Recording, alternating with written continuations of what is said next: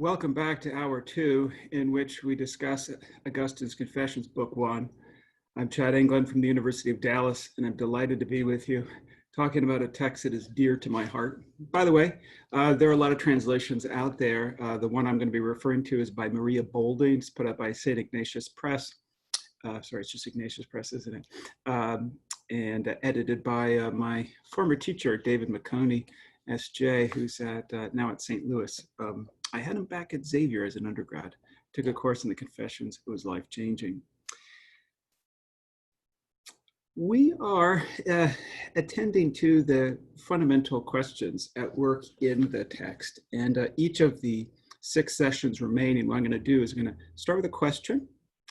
Then we're going to look at some episode from the reading, some event from Augustine's life.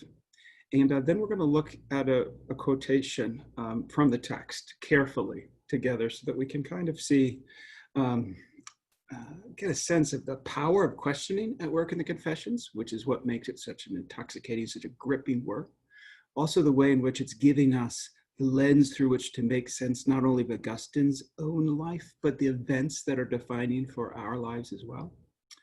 And also because Augustine is such a brilliant writer, and so it really makes sense to tend very carefully to the words he uses. All right, so last class, or last session, we looked at the opening paragraph. And what if you look at the second paragraph? I'm on page 4, if you happen to have Maria Bolding. This is chapter 1. And he says this: "Grant me to know and understand, Lord, which comes first, to call upon you or praise you?" And then more questions follow. To know you or call upon you? Must we know you before we can call upon you? Why? Anyone who invokes what is still unknown may be making a mistake. One of the fundamental features of Augustine's whole journey towards God is how for most of his life, he didn't know who or how to address God. He was completely mistaken. He was addressing phantasms, images in his brain, rather than the living God who's the source of his own being.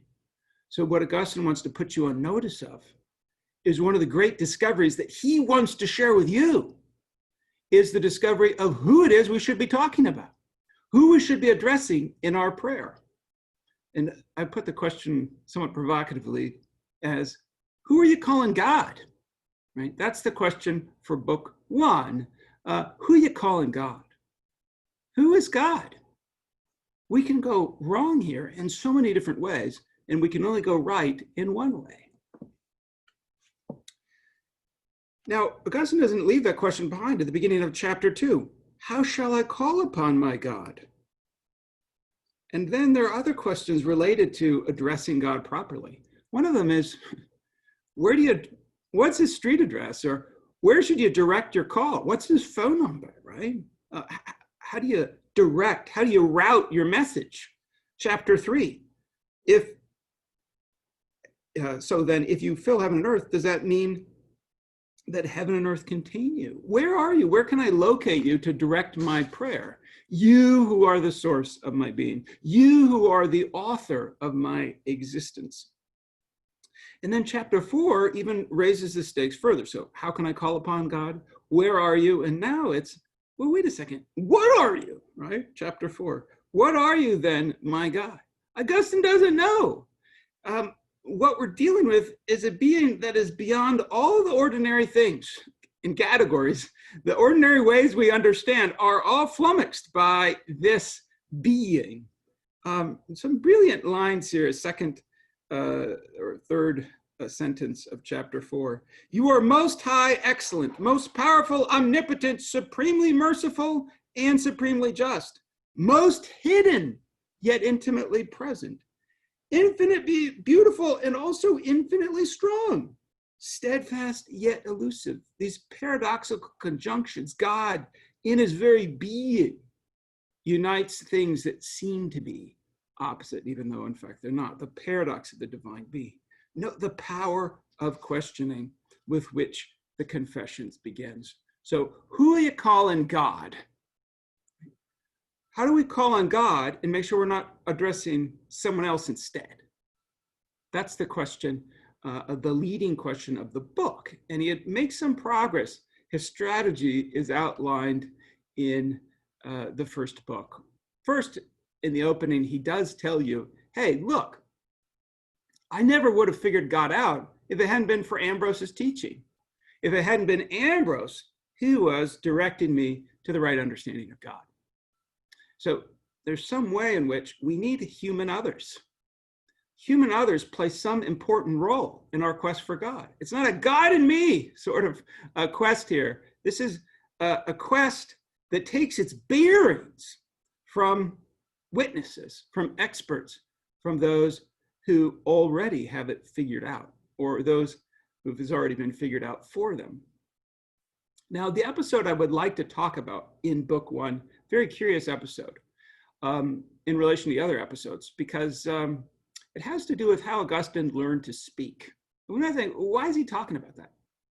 Well, he's talking about it because he's suggesting an analogy that's very important for understanding what Augustine is up to in the Confessions itself. So Augustine goes back in time and he thinks about what it would have been like to be little baby Augustine. And there he is, and he's hearing all these words being spoken around him, and he doesn't know what they mean, right? We don't come hardwired knowing our mother tongue. How does he learn it? He learns it, and this is where it's a little confusing. Let's look at the text. We think, well, he learned it by people teaching him, right? Of course, how else would you learn? Look what Augustine says. Did he learn by people teaching him? No, this is what he says. It was not that older people taught me by offering me words by way of formal instruction, as was the case soon afterward with reading. No, I taught myself using the mind you gave me, oh my God. This is remarkable. What Augustine is telling us is that he is eavesdropping on the conversations around him, and he is figuring out what people mean. It's not that the parents are trying to teach him per se, as they will later, how to write, how to do arithmetic.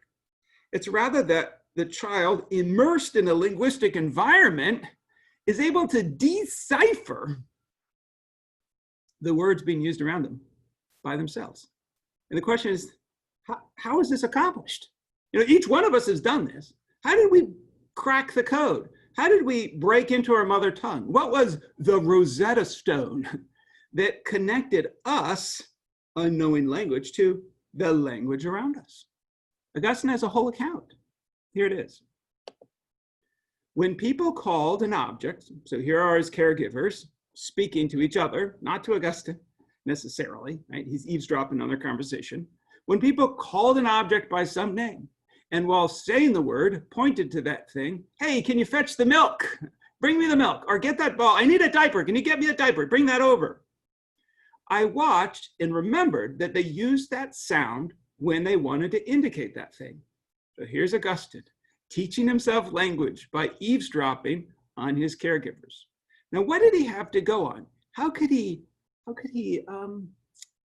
break into this conventional speech that is our mother tongue?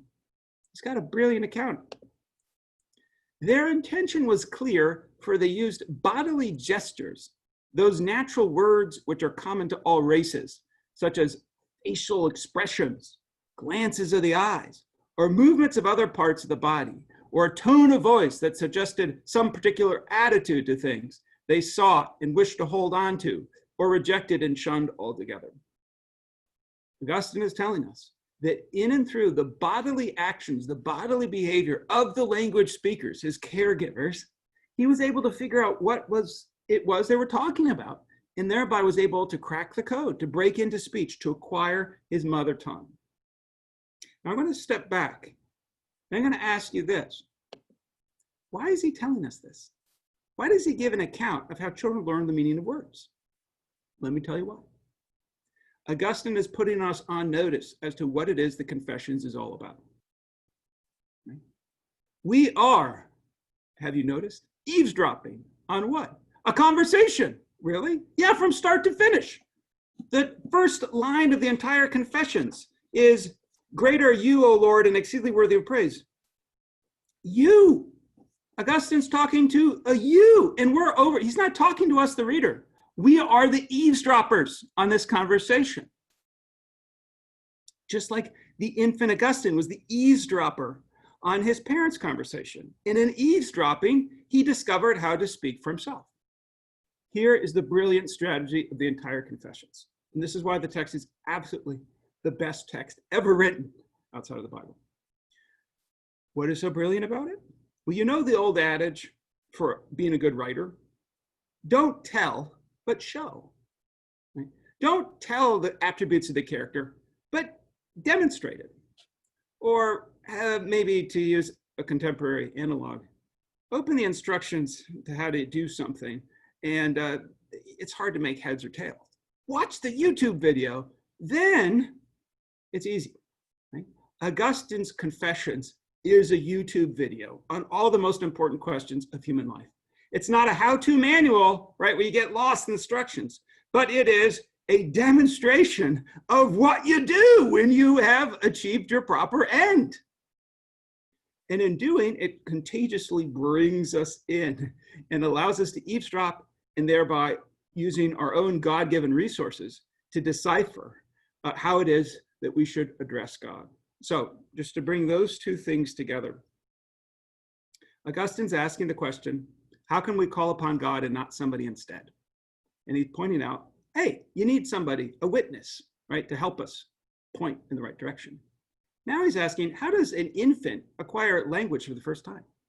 And he says, it's through eavesdropping. Each one of us learned our mother tongue through eavesdropping. And Augustine says, this is our opportunity to learn a new tongue, the divine tongue, by means of eavesdropping, by means of attending to what Augustine's doing. Augustine wants to be our Ambrose. Augustine wants to help us to learn how to speak the divine language and to be able to address God and not somebody in his stead. Well, that's it for session 2. For next time, please read book 2. Thank you very much.